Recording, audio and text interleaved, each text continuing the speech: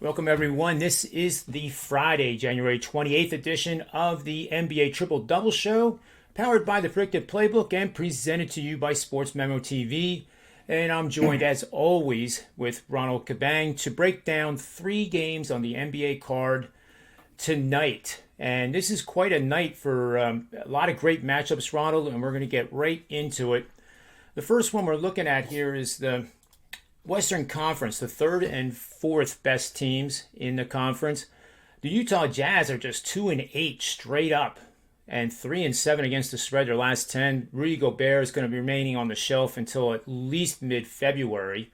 And obviously he means more to that team than I ever imagined. But they are at the Memphis Grizzlies. This is set to take place at the FedEx Forum. Tip-off time, 8 o'clock Eastern Standard Time. For the season, the Grizzlies are 16 games over 500, 33-17. And as I said, the Jazz were a lot better record-wise, but they're still 11 games over 500 with a 30-19 record. The Memphis Grizzlies come into this game as a 4-point home favorite. And I'll let you take it away, Ronald, and break down this game for us.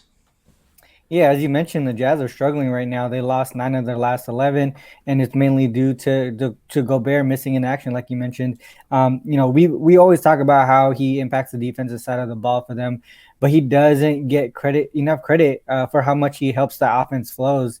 Their offensive rating without Gobert is 111.6.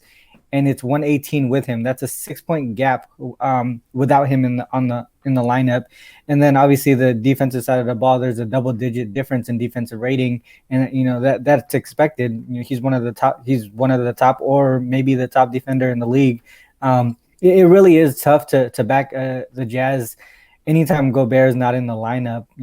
But with that said, situationally, it kind of doesn't make sense to back the Grizz here either. This is their first game back off a 4-game road trip, and this is their first game of back-to-back games. They have the Wizards coming into town tomorrow. So I think on the side, it's really tough to back either team here. When it comes to the total, the Jazz are playing the slowest pace in the league in the last 5 games, and during that same time frame, the Grizzlies are playing the fastest pace in the league. But I think it comes down to whether or not Donovan Mitchell plays for the Jazz tonight. He'll be a boost for them offensively. If he plays, I think a lean to the over is correct. If not, then I think under is the way to go. Yeah, I like it with Donovan Mitchell, Ronald. Do you think that that's the reason why the Jazz are playing so slowly of late? That they just don't have the bench to to plug those holes. They got Gobert and Mitchell out. Yeah, That's the dominant reason why they're think, playing slow? Then I guess. yeah, I mean, I think they do play slow, regardless. But even more so without Mitchell, because he's the one that really attacks the rim. Him and Conley, and with just him, I think with just Conley, I think it's less attacking the rim and more ball movement. Mitchell really, sometimes you can see him just walking up and shooting a three. There's times when that happens with him, and when he's feeling hot and not feeling a rhythm. So I do think he does play a role in the pace for the Utah Jazz. I'm just going to throw in here some trends and angles for those out there viewing. If you like the Jazz, if you woke up this morning and looked at it and you thought, oh wow, I'm definitely going to get the Jazz, then take note that the Jazz are 11-2 in road games against the spread in games lined with totals between 220 and 229.5 this season. Currently, the total's at 224, 224.5, so smack right in the middle of that 10-point range. And also the Jazz over the last 2 seasons, just flat out, irregardless of home or away, are 44-28 against the number, with a total of 220 to 229.5 in the last 2 seasons, as I said. And then Memphis, if you like the Grizz, Memphis is 17-5 in January games over the last 2 seasons. So January they turned the calendar over, and now you're down the home stretch. That also marks the halfway point of the season. And a lot of teams do kick in. A lot of teams just fade right there at that game number 42. Also, Memphis is 8-0 against the spread after a divisional game this season. And last but not least, they're 16-7 against the number after playing a road game this season. So those are some trends and angles for that matchup. And let's move on to our second game, which is another great matchup. The Minnesota Timberwolves have been on the rise, and they would be in the playoffs right now, being in 8th spot in the Western Conference. 24-24 is their record. 23-24-1 against the spread. Over under 27-21. The Suns 38-9. Amazing record. 26-21 against the number. They are obviously first in the Western Conference. Not surprisingly, despite the fact that Minnesota has been playing pretty darn good, and they're 11-14 on the road, folks. Phoenix is an 8.5-point home favorite to the Timberwolves. So take it away, Ronald, and break down this game for us. Yeah, I mean, the Suns are coming into this one hot, winners of 12 of their last 13 games, I think. The Wolves have been playing great ball lately too, like you mentioned. They just stepped in front of a Warriors team that's kind of starting to put it together without Draymond.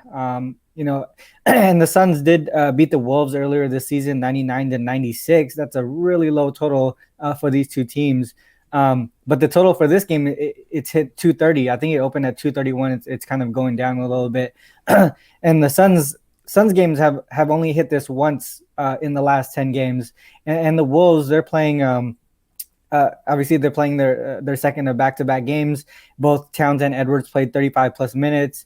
The Suns, they may seem well rested. I think it's only their third game in 6-7 days or something like that, but they've been shorthanded, so a lot of their key guys have been playing heavy minutes the last few games. So I think we could see some tired legs from both sides of the ball. I think the under is a play here. It's probably not going to hit the 99-96 like it did before, but 230 I think seems high in this spot. Yeah, and Anthony Edwards kind of became polarizing a couple of days ago after one of their most recent win, which I escapes me right now, but nevertheless, he is playing at a very high level. He was runner-up in the Rookie of the Year balloting last year, and he did make a statement that, okay, well, if that's how you're going to treat me, then I'm going to win the MVP next season. Meaning not this current season, but the following season. But he's been backing up the talk because he's averaging 23 points per game over this stretch of winning ways for the Timberwolves, and him and Towns are definitely leading the charge here with the Timberwolves. So they are a legitimate playoff team in my mind. Yeah, I mean, before yesterday's game, Towns, Edwards, and Russell were averaging all over 20 points per game the last I think it was last 10 games or so. So they're really putting it together in Minnesota. And as we know, the Suns are a very good shooting team. They're shooting well over 46% for the season. But note that the Timberwolves have played well against these elite shooting teams. They're 15-6 against the number this season when facing a team that's shooting 46% or better from the floor. If you like the Phoenix Suns, I have a lot of them here, but one that sticks out, the Timberwolves are a good passing team. They're averaging more than 23 assists per game.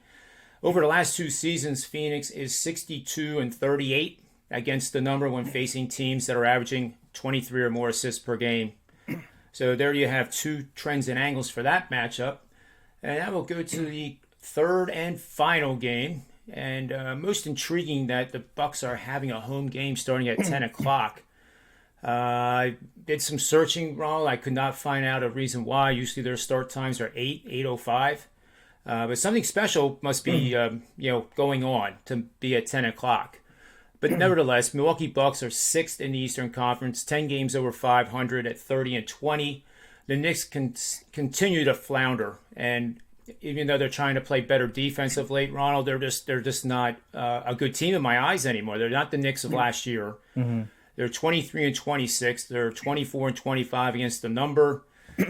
Not surprisingly, Milwaukee's an 8.5-point home favorite with a total of 217.5, which seems a little high to me initially. But take it away and break down this game for us. Yeah, no, I agree with you. I think 217.5 is really high. The Knicks are 9-3 to the under this season when the total is over 215. So that's one quick edge you see right off the bat. The Knicks are coming into this one as losers of 5 of their last 6, and it is mainly due to their offense. They're 28th in offensive rating during that 6 game span, and this is a revenge spot for them. And they tighten up a little bit defensively, avenging double-digit losses. They are 3-1 against the spread and 4-0 to the under in those spots, scoring and allowing just around 96 points per game. The Bucks beat the Knicks pretty easily by 15 points in the last matchup. I think they actually are already 2-0 against the Knicks this season. They played, I think this might be the third game, and they do a good job continuing to be like successful against teams they already beat earlier this season. They're 9-5 against the spread and 9-5 to the under in those spots. To me, I can't back the Knicks in this spot after the Bucks lost by double digits to the Cavs. I think they can come out this one pretty hot. So I'll lean towards the under here. Like I mentioned, this total is a little bit too high for a Knicks game, and I also like the Bucks first half. I think they can come out the gate, both offensively and defensively, kind of dominating in this game. And those are my licks for this game. Yeah, and I agree with you on the under. I have a little betting system here that's done pretty well over the years, 60% over the last 25 NBA basketball seasons. Play under with any team in a game that has a total of 210 or more points, and is an offensive team, speaking of the Knicks, that is averaging less than 104 points per game on the season, facing a defense that is pretty average by this season's standards, allowing 108 to 114 per game. And after a team like the Knicks scoring 100 or fewer points in 2 consecutive games. So they did not reach the century mark in back-to-back games. Totals greater than 210. They're averaging 104 or fewer points per game on the season against a defense like the Bucks that's allowing 108 to 114 per game. That's the system, and that is at 60% winners over 25 years and 320 wagers. It's in last 5 seasons, it's hit 59% right on the nose. So it's very consistent, and you don't always have to have a system at 72%, folks. Sometimes, you get up into those 78, 82% over the last 5 years, for example, and you have a lot of recency bias in those systems, and they're likely to go against you. So I like these long-term plotting, grinding, money-making, ATM-like betting systems. So I hope that one helps, and I hope that gets our under winner to the window. So for final show best bets, and what we've decided to do is not put ourselves in a corner and be literally forced to put out 3 best bets every day. Our track record has been excellent, and the people who have been watching appreciate that, and we do too. Personally, I'll start things off. I think this is a best bet game. The under 217.5 in the Knicks-Milwaukee Bucks game. I like that quite a bit right now. That would qualify as a 3-unit play for me on a 3-unit to 5-unit range, with the 5-unit being akin to game of the month status without the hype. Mm-hmm. So, Ronald, what do you think? No, I definitely agree with you. I think out of these 3 games and all the leans and trends we mentioned, the Knicks Bucks under is definitely the play of the day in these 3 games. Excellent. So there you go, folks. We are on the under the Bucks Knicks game for this edition of the Triple Double. Ronald, thank you for your time as always, and thanks to everyone out there that is listening to our shows. We're getting over 1,000 views now, and they're unique views, and we thank every one of the 1,000, and someday we hope to thank every one of the 10,000. So spread the word if you like the show. Give us a thumbs up on the YouTube channel, and by all means, subscribe to SportsMemo TV and ring that bell so you never miss a show in any single sport. So we'll be back on Monday, which will be the beginning of a new month, and less than 24 hours after the AFC and NFC championship games take place, and we can only hope that they're going to be as exciting as the ones were last weekend. Yeah. So have yourself a great Friday, great weekend, and always remember, bet with your head and not over it, and may all the wins be yours.